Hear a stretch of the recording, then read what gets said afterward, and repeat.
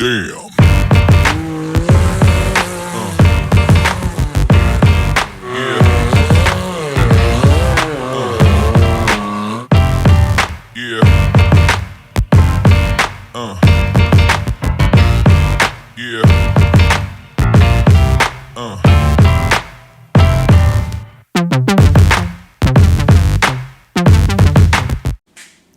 All right, Justin. So, what are we doing today? Today we've got kind of a bigger project. We think. I don't know. We've heard they gotta like pull the whole front end apart on these to get to change out the bumper, and we're running the Warn Axon 55S. So, 5,500 pound Warn winch. It's supposed to be their best one. Didn't really want to skimp on the winch because, as you guys know, I mean, we kind of rely on them. My Yamaha was running a 3,000 pound, I believe. Yeah. Definitely a Warn. I think it was 3,000 pounds. Yeah, it was like the one you could get through Yamaha. Yeah, it was the one that they supplied for the machine or whatever. So that was on it when I got the machine. And I never had an issue with that. Billy's never had an issue with his, and his is only a 3,500 pound, but his is the Axon, which is the biggest reason I'll say I went with the Axon is mainly just because of the simplicity of the wiring. Like the solenoid's built in, it's just power, and that's about it. But we'll go through with you guys, you know, how we wire it, where we put the switches, that kind of stuff. It's pretty sick. It comes with, you know, the switch that I believe is like made for the dash that are like pre-knocked out or whatever. So that'll be cool. Also, well, so mine is the 3500S Axon, so the same thing but smaller. But so with the bigger ones, I believe the 4500 and the 5500 also come with a remote. Yeah, which so I couldn't really see a big advantage, but now that he just said that, I do kind of think of one. And like if you cartwheel your rig down a hill or just flop it over or something, well, like instead of having I can't give it away here, Billy. We're talking in the future. Yeah, I know, but they'll see that video first, right? Yeah.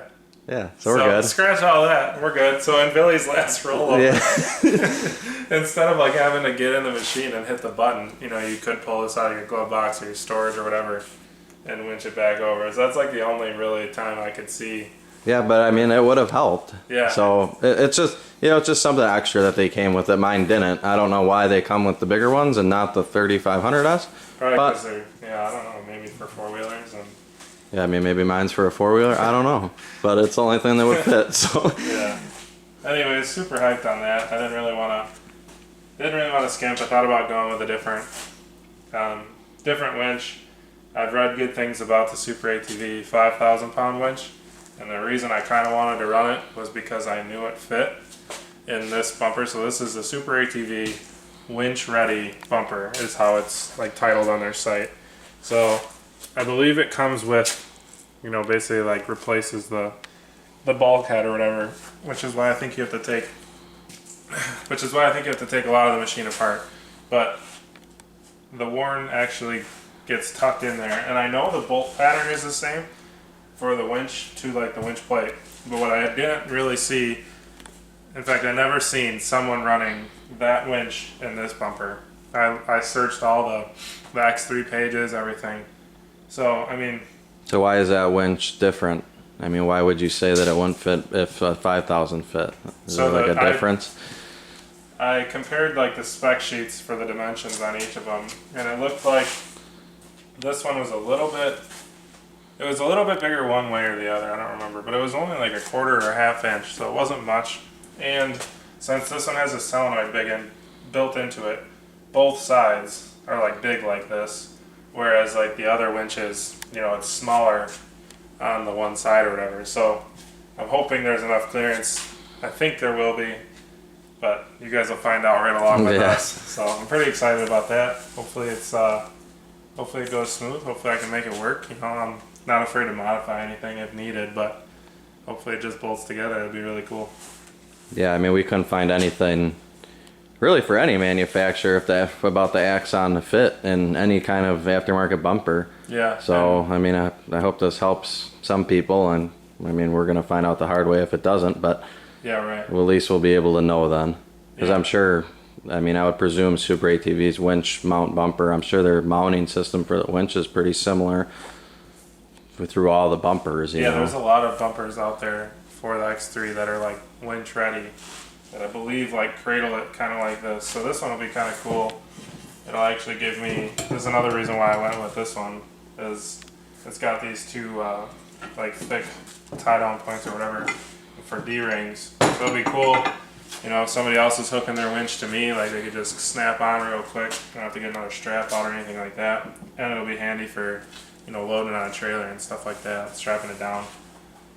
Whereas a lot of the other machines, you know, you just loop through a bar on the bumper, which isn't an issue either, but keeps like these are like tough coated or whatever they call it.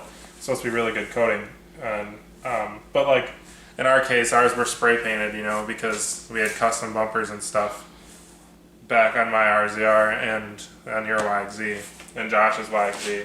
So like when you're wrapping the straps around like these bumpers, the tubes, you know, it just wears all the paint and shit off. Yeah, it most definitely does. And like looking at like the Can-am, even like my YXZ and Josh's, there's just nowhere good to strap it. I mean, you can go around on this side and there's this bumper or whatever you'd call that is what we have been strapping it to, but you can, I mean, you can already kind of see that it's getting scuffed up just from the couple times we've strapped it. So I mean, I'd presume, you know, long trips where things just bouncing down the trail, it would wear the paint off and then it would just be a rusty whatever in the front. So it's cool that this thing comes with all the strap points and so I mean that's kind of why, one of the reasons I went with it. Plus I knew that people were running the 5000 Super ATV winch, which was close to the same size as this one. So hopefully it works. I got nothing against the Super ATV winches. I ran one on my RZR back in the day, but I didn't get that much use out of it to really, you know, win my heart over, I guess you'll call it. Whereas the two Warns we've been running, I mean, they've pulled us out of the woods, up mountains, everywhere, anything, they've never failed. So. Yeah, 57 was a good test for yeah, for sure. And then back in the day, like last year, 39, Trail 39, when my clutch smoked, we were winching on mine for hours. Dude, winch after winch after winch, just changing trees to get up. It was like 57, but it was probably worse. Yeah, but that thing was still with us. So yeah, we've never had an issue with any Warn products. They've always gotten us out of the woods. But so we're gonna get into it, see what we got to pull apart here, and hopefully it's not too bad. But we'll show you what it entails. Let's get after it. At least it's still clean. Alright, so the first couple things we pulled apart were a bolt here, one on this side, and then one on this side. And then down here on like this. There was two bolts here, like actual T30 Torx. And then here, and two spots back here, it's actually rivets. Yeah, so you gotta drill them out. Yeah, but then the whole thing falls off. Falls right off. So yeah, like he said, they're T30s. All of them were that size. So if anybody was wondering. But yeah, that's first step. We'll get back to you on the next one. All right. So next we pulled out. There's like a through bolt here and a through bolt here. Which is also a T30 and 10mm nut. Yep. And then we pulled this off. This is just like these push pin things. Just pushes in. Yeah, it's kind of rough, but yeah, it was definitely scary, but it definitely comes off. So mind you, these steps aren't shown on the Super ATV instructions. I don't know if you can do it without it, but we feel like it'd be a lot easier to just pull this whole, I mean, we're almost there already. Just pull this whole front thing off. Next we're going to pull these two bolts here, and we're going to see where that takes us. We were following the directions, but we decided we were going to take a different route. So we decided we were going to pull the whole front clip off. And after doing some investigating, it looked like, so there's two T30s that are underneath here. It's kind of pettywampus right now, but here and here. And there's a T30 here, kind of like what we already explained. It took it off, and there was two here, and then two down below. Yeah, which those ones we touched on already. Yeah, so then another important one. So there's one behind your gas door here, and same on the other side. It's about the same spot, and another T30. But the real ones, So right here on this bracket, it's actually right behind this like light adjustment. There's a T20. So you're gonna have to get in there with the T20 to get that out. And then unplug your four lights. There's 2 for the headlights and 2 for like the running lights. And then this thing is just like clips, little clips here that snap down into there. Yeah, so it was kind of scary once again, but if you just work it, it'll come. Yeah. So then the whole thing should just... Ta-da! You got it. You got it? Yep. Cool. There it is. She's off. Definitely should make it easier to work on the whole front end here. Yeah, no, I mean, we got all the room for activities. Yeah. And we kind of, I mean, it's cool to just look and see how it comes apart and stuff for later on future stuff, so. Right, and like I said in the instructions, it didn't say to pull all this off, but for a couple extra bolts, I mean, like he was just saying, you could probably put it face down in that corner, maybe. Maybe, or just lay it down over there, I don't know. Anyways, yeah, for a couple extra bolts, it's cool. Just one, make it easier, I would imagine, and 2, it's kind of cool to see up inside of here, which we've never really got to see yet. So, but yeah, not too bad so far. All right, so we've got this this front piece off here that gets replaced.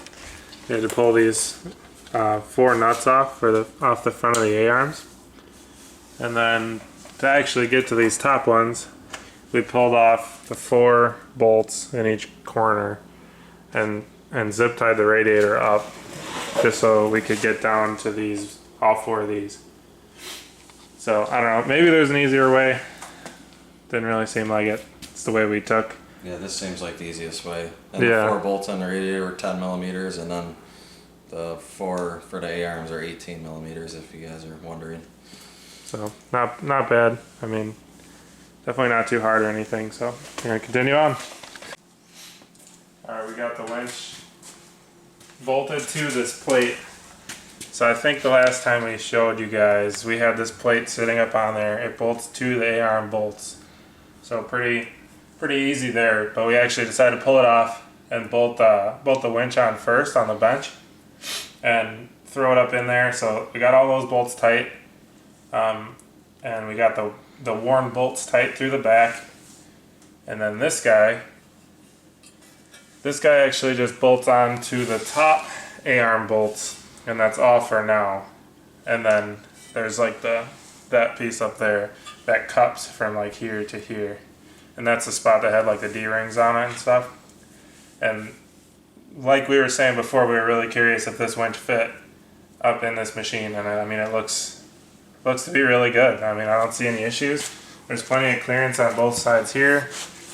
It looks like the Warn cable will spool out in the right spot, which we don't know for sure yet. But and we also obviously haven't put the front clip or fascia back on, so we're not positive on how it fits in there. But we don't think it'll be any issues. So yes, definitely a good find here. I mean, I haven't really found too much info on if you could fit this winch in here, but we'll know for sure shortly if there's any issues at all with the plastics or anything. But yeah, we'll definitely let you guys know.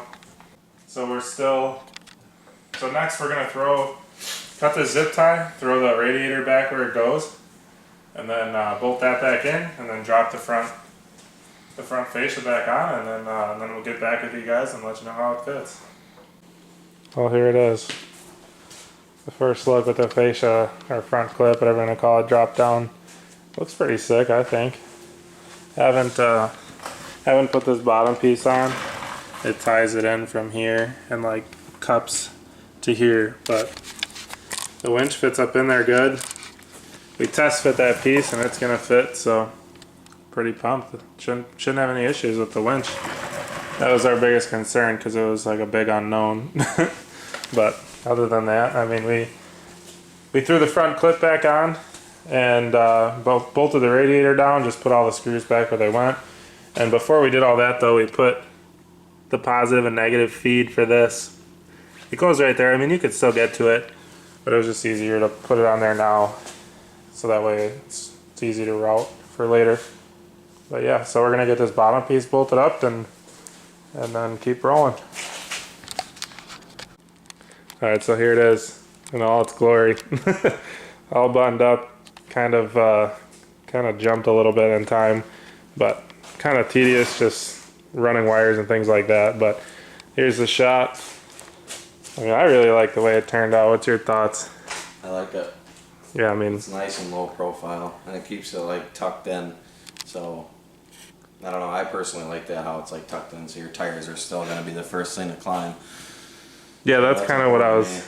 That's kind of what I was after. Is a good approach angle. So with this bumper, I mean, and 32s. So if anybody's here with a Can-am, I mean, you're probably the width of the tubing in front of the 32s. So pretty dang good approach angle. I mean, you really can't get much better than that if you're running a bumper. Yeah, right. I mean, you can't. It's about as close as you can go. Yeah. So it's cool. The Warn fits in here nice. Didn't really get like a final shot, I don't think, but you know, this thing's still.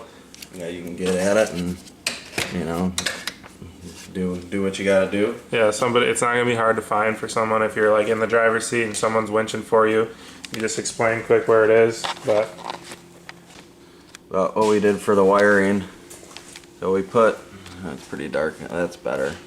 We just ran the wires straight up, and then we caught on to the headlight harness and zip tied it there, then ran it up and over, just following that same wire for the headlight harness.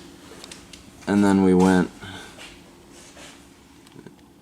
inside, so right here there's a boot, and there's actually a zip tie on it from the factory. So we just cut that zip tie and we were able to jam all them wires through actually at once. And then obviously if we've seen our other videos, there's that distribution block on the passenger side, so you got to pull those panels. But then you can just find the wires and grab them. I think actually the driver's side. Yeah, so once you stuck them through from the passenger side, you know, I grabbed them from the driver's side. It was easier to get to them. But then you can like loop them over, and you got to pull your passenger seat out, and then there's just the two panels along like the transmission tunnel, or you know, that's what you call it in a car, I guess. Not really this, but yeah, up in there there's the three posts. If you haven't seen or you don't know, you know, there's a big feed for power, so you can hook your winch cable directly to that, and then you have a negative that you can hook directly to the negative, and then there's an accessory keyed on, which is a 30 amp accessory post, which we looked into today because I was curious. One, if it was fused. Two, how big of a fuse. I mean, you can only put so many accessories on one circuit, you know. But yeah, so you can put 30 amps worth of stuff on there, and most of the stuff that you'd be tying into that, other than, you know, like lights. So for example, my exhaust, the solenoid or whatever to switch the actuator is tied into it. Just the signal wire to turn the winch on is tied into that, and I think my backup camera's on it, but none of that stuff really draws anything. So, you know, you got 30 amps to play with on that post, but we didn't really show you any of that, but it's pretty self-explanatory. Yeah, I think we have it actually in another video too of us wiring some other things on this machine. So yeah, for sure. I mean, I think we showed it in our backup cam video, so that'll be out before this one. So if you guys are here curious on the bumper setup, I know I did a lot of research. I couldn't really find much as far as installing a 5,500 pound Warn on this machine. So if you guys are new here from that, you know, definitely stick around, check out some of our other videos, and let us know what you think. Definitely gonna put this machine to the test. We already bent one component, kind of bogus there, but you know, we won't talk about that. Other than that, I think that's all we got for you guys. There's one more thing I want to add. Oh yeah. So this was really cool for me. So anyways, the switch we ended up mounting right here. So we'll get the light. So there's a switch right next to the shocker exhaust. So that just clips in there. But what really surprised me, so we were just like, oh well, the Warn 5500 comes with a. It comes with like whatever that thing. The corded handle or whatever. So I'm like, he's like, well, maybe we can like jam it in the glove box. Well, then I pulled the thing off, And there's actually a legit mount, stock, that you can mount your... Like the female, or actually this would be male, the male port to plug the, you know, the handle into. Yeah. I'm using all the wrong words here. I don't know why my brain's not working, but you guys get the idea. Yeah, so literally if you just open your glove box, and then the way the Warn was is it had two leads coming off of it. One went to this switch and the other one came to this, so we could just run both of them up. They were the same length, and then they literally mounted right here, which, I mean, that's really cool. I've never seen that on another machine ever.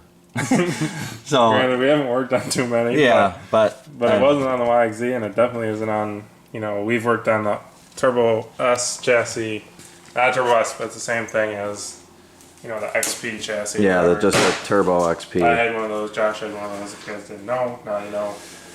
Other than that, we didn't really talk about the wearing too much, but there's just the main positive and negative, then the one keyed power, and then like he said, for the switching side of it, there's a port that plugs into there, and then a port that plugs into the switch itself. All quick connects, really super simple. It's even quick connect from the winch itself, so that's cool too. I think that's about it. You got anything else? No, I think that's good. I just wanted to let you guys know that there was that spot. I don't know if all of them have it, but I mean, this is a 19 and it has it, and I just thought it was really cool. Yeah, for sure. So yeah, stay tuned. If you guys are new here from Can-am, you know, check out some of our other videos. We've probably got, well, we definitely have one video from the cliffs, which, you know, hang with us. It wasn't exactly full send, you know, because the thing's brand new. So I was breaking it a little bit, but did get some pretty good hits on it. Definitely got to try it out a little bit and see how it handled. I mean, it's a riot. It's a blast. Thing's a rocket ship. Not that I needed that by any means, but it's sick. We definitely, so you can look forward to some pretty cool content. We've got some big things coming for Josh's YXZ. Stay tuned for that. That'll probably be the next video after this. And we're going to Royal Blue Tackett Creek soon, in a couple weeks. And then after that, we got a little break of a couple weeks, but the Tackett Creek Royal Blue footage will fill that gap. And then we'll be off to Moab. So you'll be seeing this thing on every hard trail at Moab, guaranteed. But yeah, thanks for watching, guys. I don't know where I was going with that. Thanks for watching. You know, subscribe, like, let us know what you think of the new machine. Let us know what you think we should do next. Until next time.